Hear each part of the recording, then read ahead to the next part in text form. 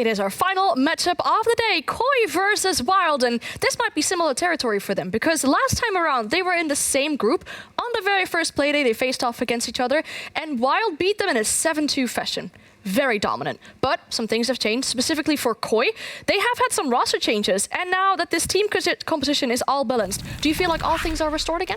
I feel like Koi will feel like all things are restored in terms of they're back to that place where they won a major, in terms of the team balance of having two frontline players, of having Cryan in that beautiful lurk role that he likes to play to get those high impact kills on the backstab where people aren't looking at him, and then having the two support players in terms of Leon and Deepak.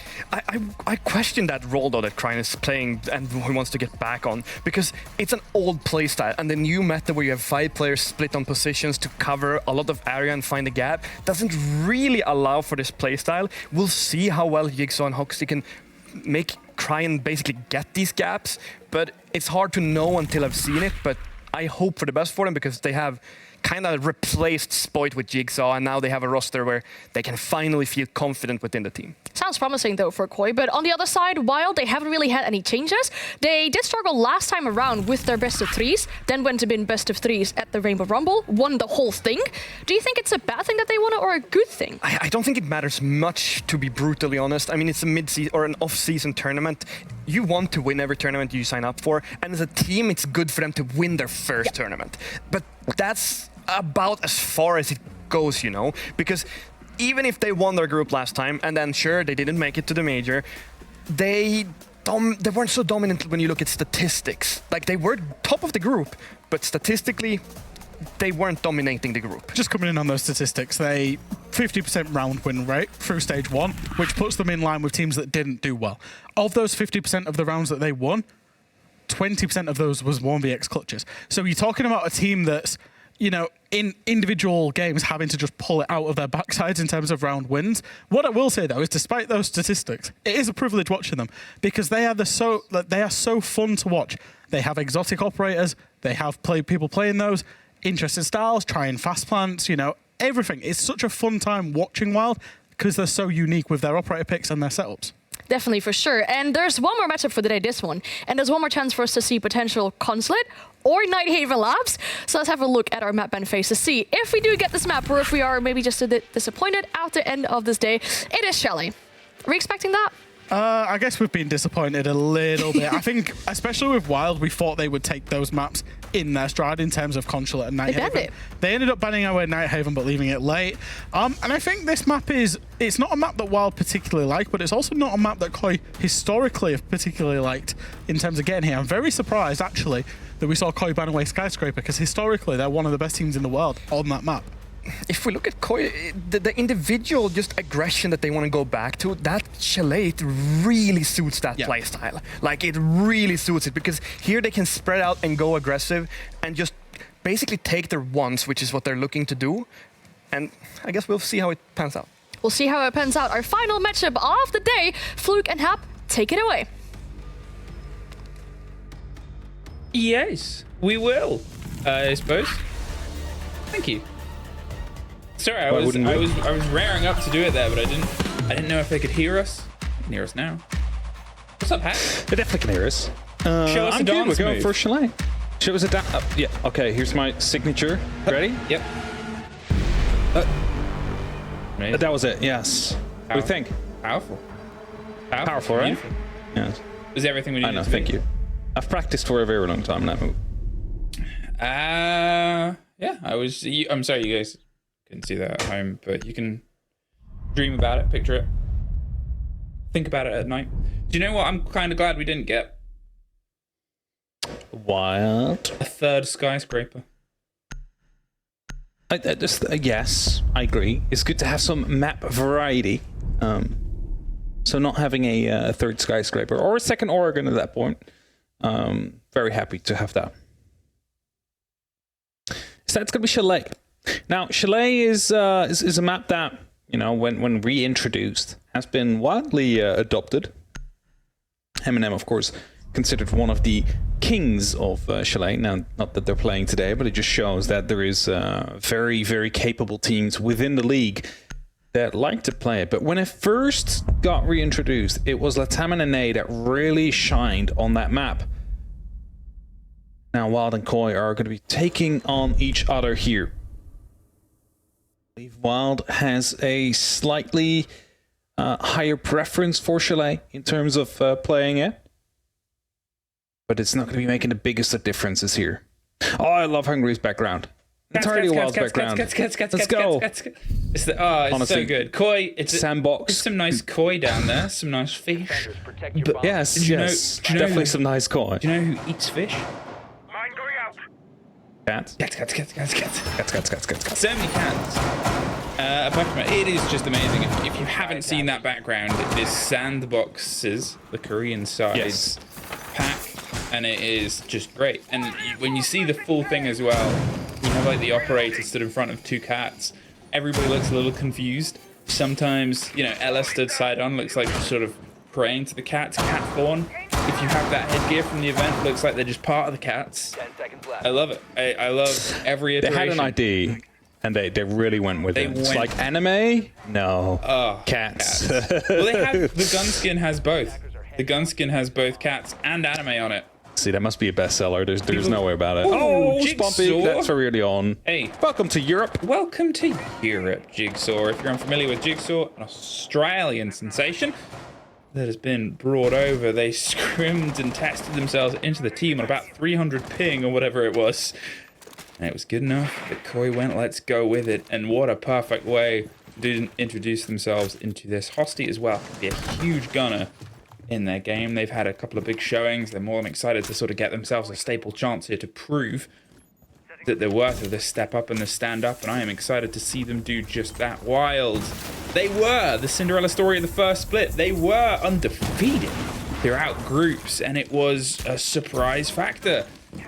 But surprise ended in a bit of negative. Here they're going to go for the plant, and well, we'll see if this can be the positive. Just tucked on the side of the door with all the cover of the noise. Teb is able to find 1 kill. Leon is gone. The plant is down just inside, and that is a bit of a bold strike.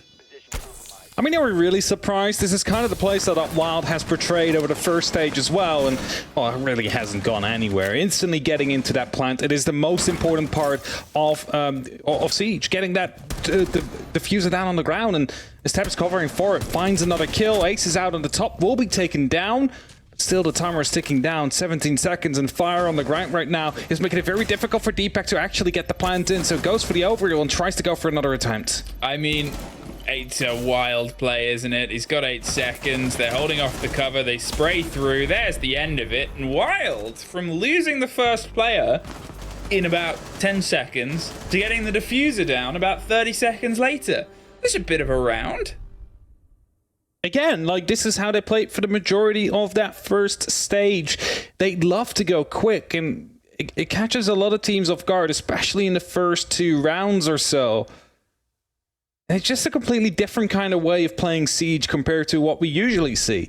Usually, you know, the fight takes place in the entire map, and you have to take a fight here, you have to take a fight there, and then suddenly the wall gets opened up. But Wylde, instead, they just go to the side, they plant, and everybody has to come back, and it takes about 20 seconds. Leaves you with 25 seconds to get the diffuser diffused. So it is highly effective if, you know, executed properly.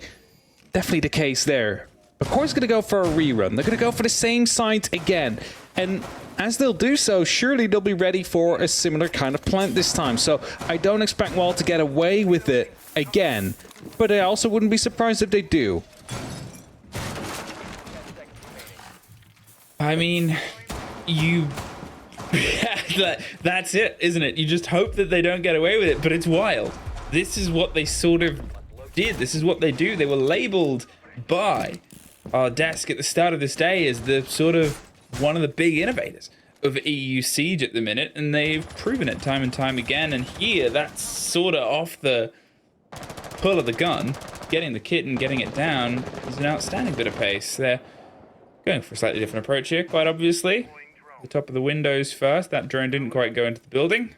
That one will bounce itself, and you sort of hit one of the pillars, bounce it back, and it goes into the top. But at that point, I think they've realized, well, there's nobody directly here. We can start to eye and angle up down below. Jegs is making sure that there's cover and chance to run out. And you can see as well, obviously, Hungary's off to the side too. They're doing a much more reconnaissance-driven game this time. Drones ahead of Jegs. He's waiting patiently before moving in any further, making sure everything is cleared. Again, I don't think Wylde is going to be taking more than they absolutely need. So a player inside of the dining room. Everybody else will be focusing towards the plant, I would assume. In some manner. So drones are coming through. Hey, seems like there's nobody directly on the side trying to challenge the entry there. And Jegs gets the very first kill into Jigsaw as well. Tab now just holding on to the swing, holding on to this position. They're eyeing up the angle of approach. I mean, you're not going to get away with the plant in the same place. They're eyeing up the barrel side as well, the more default position to get that diffuser down. Deepak with the long angle down towards the back end, and Cryan with the want and wish of a rotate and a pot of pressure onto the back. Hosty can get the drop, swings himself onto snowmobile stairs as Packball's going to go for the plant. They're looking through it. They cut off the first player. He's just ducked and dived himself round, and there it is, the default position. The C4 gets the down a second too late. Now they've got to see if they can try and force through the remaining players. But this is the thing, right? Like, again, the diffuser down on the ground, and it will be ticking down. 7 seconds is at least what they need. All they need to do now is just hold off these angles, and as Aces finds the, well, at least sees the first, they're now aware of the fact that someone's outside. They need to deal with him. Leon will find him. Jags up above, Hungry down on the staircase beyond. The flashbang from the hatch will be coming in very soon here. They're going to be able to potentially hold this off if Hungry rotates just through in time. But they need to move quickly because there's not much time left to start the defuse. Hungry wins out. He almost wins out the next, but are they going to be there? They won it. They won it. They won it. They've won it. Wylde have the round. You can see Deepak's expression. He isn't sure. They know now. Of course, they didn't know when the defuse would have started out there. Or, well, Deepak would know, but Wylde wouldn't have known. Because they just went for a quick plant. They hoped for the best. It seemed like they weren't quite able to find that diffuser in its location as the player down below running around, finding it without 5 seconds left or something like that. So, not even close, some would say. Not even close. But Wylde, again, able to pull off that plan. It's their game style. They just take what they need. They get the plant, no matter the consequences, and they'll play it from there. At C4. Yeah, so started with like 6.3, something like that. Just not enough. Just not enough? Just not enough. And the thing is, you couldn't have started it earlier because there was a player above the hedge. Like, if you did, he would have shot you, he would have instantly been shot afterwards, but like, then the player rotating through wouldn't have had time. I like how we go super slow-mo there for the shaking no. Gotta get it. Gotta get it in slow-mo. They're not gonna get it on snow-mo. They're gonna move off and find themselves on a slightly different site. Instead, get some of that control down in the bar. It's a 2-tier hold. You get yourself locked in above. You have eyes in towards the library, so they can't just hop in. Those ADSs are gonna try and keep the player in the corner alive as long as possible. But with the burn of the smokes and the fire, you assume that they're going to be able to get this player out of this position sooner rather than later, and then you just make sure that if they hit that hatch, you might be able to get the kill onto the other end of them. It's Deepak that's in this do or die position. Has 2 ADSs to support him there, so it needs to be a quick influx. All 3? Okay, well, it definitely needs to be a quicker influx of utility going through, though. However, the firebolts of Capitao do not get caught off by ADSs, so if that's the PC utility being tossed in, you'll force him to rotate out. As you see right there, Deepak will live, however, but he's been forced off, he's been spotted, they know where he is, and they know that angle is now clear. 1 Capitao bolt was all that it took there to get rid of them. They obviously still have those ADSs there, but it means, well, they're not underneath. They could roll a grenade underneath that little drone hole. If they know Deepak's here, well, he's just seen it, and there it is, the attempt. Get the player on the back end. They free fire across the angle. You can see Aces in the far distance making an approach from the kitchen side as well. He's being a bit slower and more cautious. He wants to be as sneaky as possible. Ooh, the wrong side of a razor bloom there as that line, a great little bit just to force prep and supply into a trickier situation. Knocked in the door inside the site, winning the fight down deep. Packball keeps driving behind that and is going to see once again if they can stick the plant. Cryan suffers on the wrong end of Teb's repel here, and they're not quite able to stop the planting player inside. Hungry had the only bit of cover there. They're picked back up. Hosty needs to try and bite his way down. And now with Leon on the slow creep round, he doesn't know about the angle open behind him. And it's just this lack of awareness is biting Koi once again. The new player, the new pickup, Hosty, all that's left in the 3 versus 1, but they've got vertical, they're outside. How do you pull this one back round? Again, the Wild playstyle is just completely different from most teams within the Europe League. They focus on the plants more heavily than any other team, I would like to say. And you know, they come in, they open up the angle to see there's no one in there. Great, go for a plant. Take that for yourselves, because if there's no one in there, that means they won't know that it has been opened up, but you'll catch someone in the back like they did with Leon, who otherwise could have gone on a huge flank out there, could have actually saved the round for Koi. But now they're stuck in a timeout. 45 seconds to discuss, hey, how are we stopping this plant-heavy game that we know they love to play so much? Because it's not the first time we've seen Wylde do this. Again, like, kind of a signature from them. And they're starting off very strong here. Of course, rounds are close in numbers, but the diffuser being down is really turning the tables out here, forcing the defenders to suddenly move into angles that, well, are less than ideal. The Koi timeout has come pretty early into the game, and it makes sense. You know, Chalet can be a good map for attackers. You can get yourself stuck in, but 3 for 3 plants and play, even with the different approaches here coming through from Koi, they just seem unaware.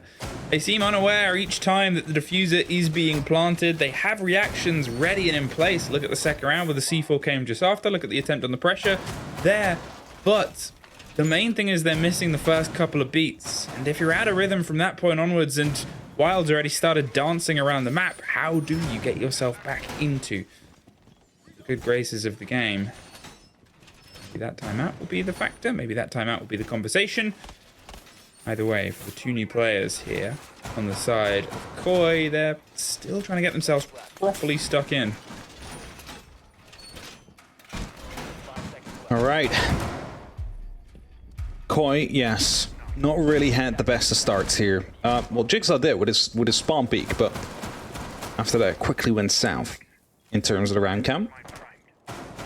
Brian now trying to go for a bit of a swing himself as well, looking out the window, but not anything being gifted to him. Wylde very careful about their approaches here, making sure they drone out everything, and again, taking a minimal amount of ground. They only take what they need and nothing more than that.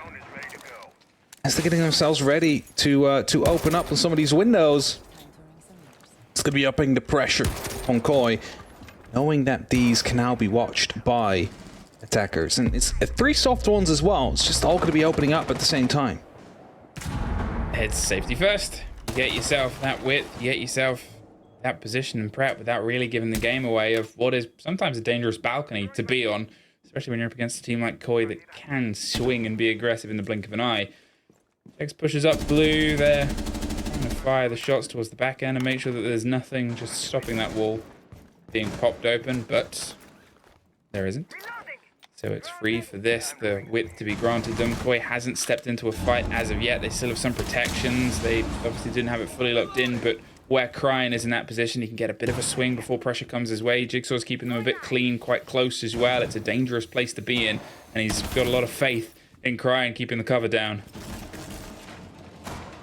Slowly falling back here, not wanting to take the fight. There's a minute 30 left on the clock.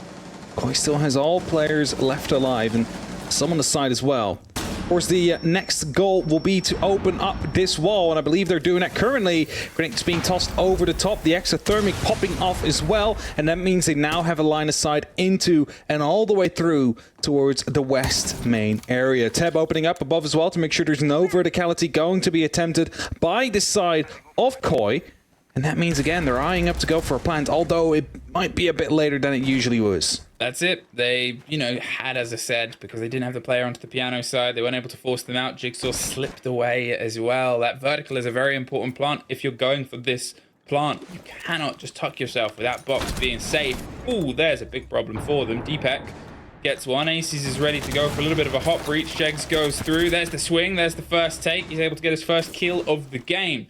30 seconds though, and Packbull is once again going to see if he can try and stick this kit down in the 4 versus 2. It's easier to get locked in off the back of the top rope. He doesn't even really know where the player is. Jigsaw goes down above. It is just Hosty left, and from one fight. They know where he is. He's about to tuck himself around to the player on his shoulder.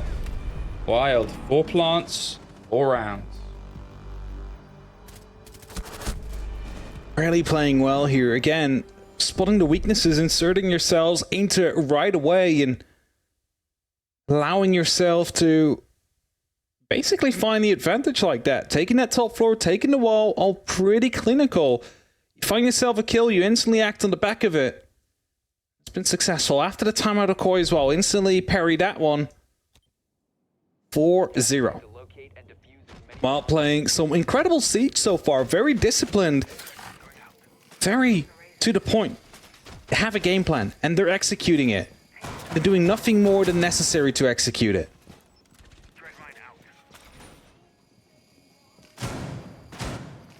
That's the two kinds of Siege, I guess. Like, Yeah.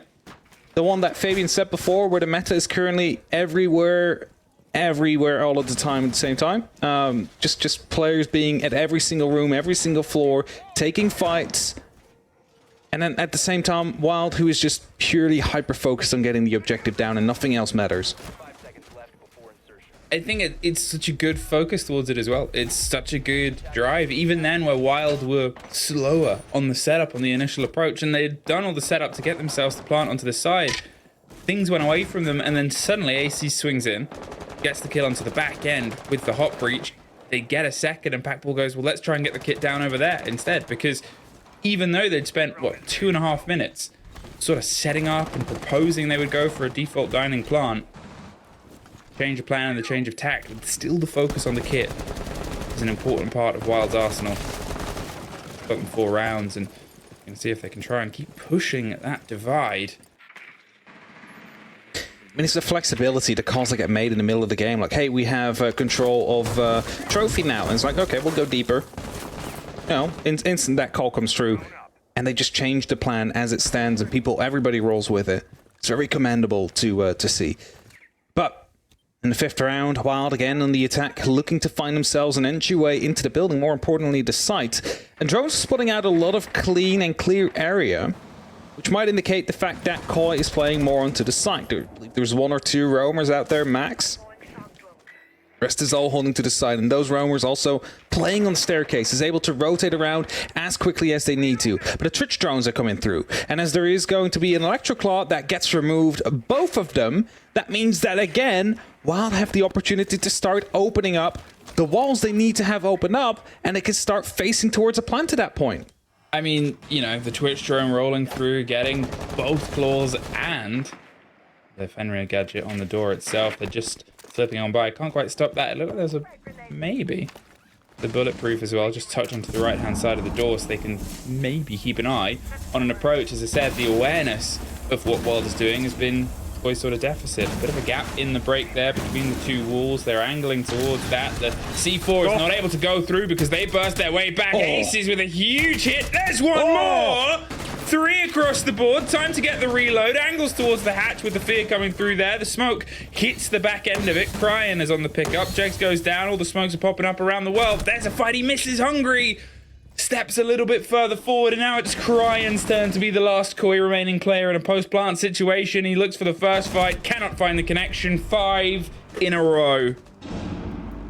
Picture perfect execute there. Walls open up. They're aware of the person in blue. As soon as the second wall opens up, just the pre-fires on that corner in case there might be a C4 flying through. They get the kill before he can even detonate it at that point. Instantly pushes through. Finds 2 more on both angles. Again, picture perfect execute coming down there from Aces and from Wylde at that point. How do you defend against that? That's the big question. What do you do when the wall opens up and you're dead instantly? Because if you swing and after it opens up, you're definitely going to be shot. So it's not like you had much of a choice as Koi.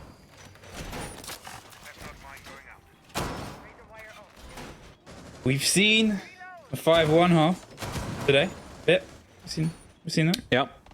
Well, we see a 6-0 at this point because, I mean, the fact that they've been able to get the diffuser down consistently every time, the fact that they seem to have an awareness just where Koi is, just where Koi wishes to be. I mean, it's a little bit terrifying right now. And obviously, Koi have long since used their attack timeout after the 3rd round. Went away from them. Packbull's chasing that 100% plant rate on every single opportunity he gets. 5 out of 5 so far. It's also, you know, getting 4 kills. I mean, it's not like big numbers, but if you look at Wylde, everybody's in the game right now. Hungry and Ace, of course, they carry a bit more of the kills, but still, it's like very, very even numbered. Everybody's pulling their weight in each and every round. And it's obviously, you know, a roster that hasn't had changes. It's a roster that has had a good year across the board. They just haven't quite been able to push it over the finish line at points. Versus Koi, that's had obviously a much more tumultuous year, but has had major changes now at this point. They're having to cut their teeth, but it's always the fact that obviously because we're so limited on stages, because we're so limited on points, you have to make it all connect. Unfortunately, currently it connects for Wylde. Once again, the grenade removes Cryan on the back end. One-time major champions last year, Koi. Looking a little bit rockier, a little bit rougher. As those SO points loom. Be very careful there, Hosty and Jigsaw both playing on soft flooring. If they do figure that out, Jags has the opportunity to toss another grenade in vertically, and as Aces takes down Jigsaw, Packbull takes a lot of damage himself as well. Jags finally gets shut down, brings it to a 4-on-3 situation. Bit of damage on Hosty there as he rotates around, but still alive and kicking, most importantly. A minute 25 left on the clock right now as the drones start rolling through. The site is being scouted itself. Still being aware of the fact that someone might be rotating up, I believe, as we saw the player go prone into the library there. Packbull getting a ping on a player on blue stairs as well, so he's holding a very tight angle, hoping to get the drop on Leon as soon as he does move through. Blinds are starting to push Leon off his position. He's caught from underneath perfect. by Ace. He's waiting. He said it. Forced him into an unfortunate situation. They're going for the breach onto the wall. Packbull took a lot of damage earlier, but he's still standing. That's the important part. Hosty and Deepek are now the names that are still on the board at this point. Again, it's such a capable roster Koi has. The players more than able and ready to try and stand up when they need to, but it just feels so tight, so well put together by Wylde. Hosty's going to take a risk. He wanted to swing up to the fight. It seemed like they had some awareness. It was about to meet them, so they pre-fired the swing onto the corner. That'll go for the blind, and Hungry's going to push slightly further and further. There's the Fenrir he's stuck in. Aces gets another for the round itself. He's currently locked in. Teb gets caught out. The Doctor is in for himself. 20 seconds. They're going for the plant. They want to just keep themselves a little bit at bay here, Wylde, which they are. Now the timer is entirely into their favor. A 3 versus 1 post plant, setting up drones, rolling a Flores Rotaro through as well. I mean, it's so tricky to push against an entity that just always seems to A, know where you are, but B, know where they need to be. I mean, it's just the discipline as well on the side of Wylde, as Deepek will find another kill. He's in a 1v2 now. He's about 10 seconds to get both the kills and start to defuse. That turns down to 7, counting down. He just has to go for it at this point. The time is running low. He gets taken down as well. Aces finds that final kill, and it's going to be 6-0, a clean half from Wylde. But I just want to highlight the discipline they've shown during that last round. It was a 1v3. They knew exactly where he was, but what did they do? They pull back, they plant. It's a Doc, doesn't have a C4, only has a 1.5 on that gun. Might be blind. Let's get that plant down. Let the time work in our favor. We don't need to give Deepek an opportunity to go for a hero play out there. Cats. Cats. We were once upon a time. The power of cats, apparently. Maybe. Seems to be working out for them. Well, we had a 5-1 before, now we have a 6-0, and generally none of the teams that have been behind today have won. That is the rough statement, of fact. And Koi, you can see there's still smiles because you've always got to be. You're onto your attack. You might be able to pull some momentum here, and, well, they've done a flawless half. You're more than capable of doing it. You've done it before as well. Day and age in the game, a lot of people have. Nice plan. Highlighting again the free count. Again, love the use of the free count we've seen today, especially the Oregon moment, catching the double kill from the back from LMAO. Apparently that was rehearsed. Yeah, it was rehearsed, but it was well rehearsed. I'm not Well gonna say rehearsed. I love that our observers and our observing team. Obviously today we have Red Like and Medics, but we often have Easy as well, Stefan. Yeah. They've gone through likely scenarios as a team and gone, well, how should we frame this with the free camp? That is such a cool dedication for who are some of the most talented talent we have. I mean, they've been waiting for the free camp for the longest, probably from anybody working on a broadcast here. So they're finally going to be able to show that creative freedom they have and you know, have been aiming for such a long time, and it's working so great for them.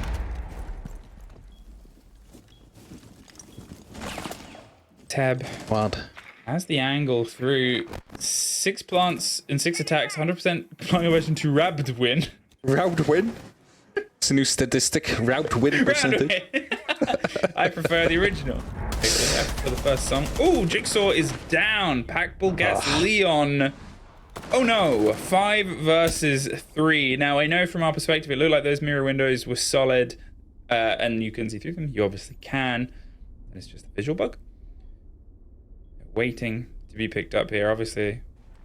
Caught out on the opposite end. Now they can finally be picked up with the rest of it. At least they recover that player and get themselves back into a 5 versus 4. Look about the C4s that are still about, though. Tab, Aces, both carrying those nitro cells. There he goes. Just waiting for the ping to come through, like there is one on top of it right now. Because that's what the ping is for, just the person on the black icon call. Like, yes, blow it up now. Might actually be on the diffuser as well, I'm not quite sure. As soon as they pick that one up, that might be problematic. There's potential problematic. There it is. There you have it. Had the call, had the read, whether it was a Vault cam or not. Either way, it was just as effective. They're looking for the fight down into dining. Epec wants to angle it first, takes the head off one, but Ace is able to find one of his own. They rotate it around the back. Hosty activates a bit, but it's a 3 versus 2, 50 seconds, and the diffuser is not in either hand or pocket and is a little bit far away. They're concerned about the rotate around them. There was a C4 that popped a little bit too late, and there's Hosty. Great take onto Aces. Did take a lot of damage though, as he suffered a couple of shots from the back end of the MPX on it. The flashes are going to come through. They're going for the pressure onto prep. They're going for the recollection of the kit itself. They're having to do this, the slow smash onto the castle. I was going to say, every door is castle barricaded off, so they need to take it very slow. Now, they do know about the player inside the pantry, but there's a lot of free space out there as Tep finds Hosty. Well, there's the Tep spray through, and there's a 7-0. And unfortunately, like this game, our time here is also very quick, as we're being shepherded away pretty immediately. It's been lovely to be back. We hope to be back soon. Don't you agree, Hap? I hope to be back soon as well. And Wylde, definitely great entry. Cool. See you soon.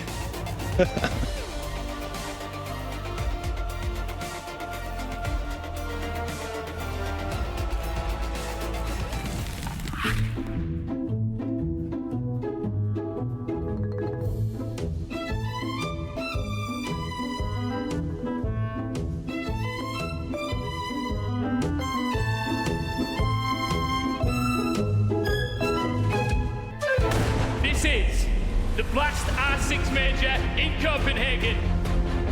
Are we ready, Copenhagen? 24 teams from all around the world made the trip here to Denmark. Okamesh is straight on inside. He finds one, looking for a second.